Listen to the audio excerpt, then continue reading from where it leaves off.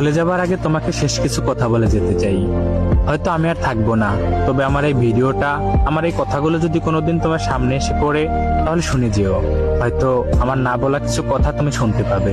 মানুষ বলে দুনিয়া নাকি শান্তির জায়গা নয়, কিন্তু আমি বলি, আমি তোমাকে পেয়ে, তোমার ভালোবাসা পেয়ে যতটা হাসি খুশি থাকতাম, বিশ্বাস করো আমাকে পৃথিবীর সব থেকে দামি সম্পদটা দেওয়া হলেও আমি এতটা হাসি খুশি, এতটা ভালো কখনোই থাকতাম না যতটা হাসি খুশি আমাকে তুমি রেখেছিলে। আর তারপর তুমি আমাকে যখন শত অবহেলা দিতে শুরু করলে, আমার থেকে দূরত্ব বাড়িয়ে দিলে, তখন জানি আমার মনে হতো আমার পুরো পৃথিবীটাই আমার থেকে দূরে চলে যাচ্ছে।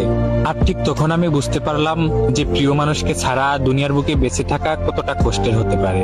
আর তখন আমার আশেপাশে থাকা মানুষের বলা সেই পুরনো কথাগুলো মনে পড়লো, যারা একসময় আমাকে বলেছিল যে দুনিয়া শান্তির জায়গা নয়, দুনিয়া হচ্ছে কষ্টের জায়গা।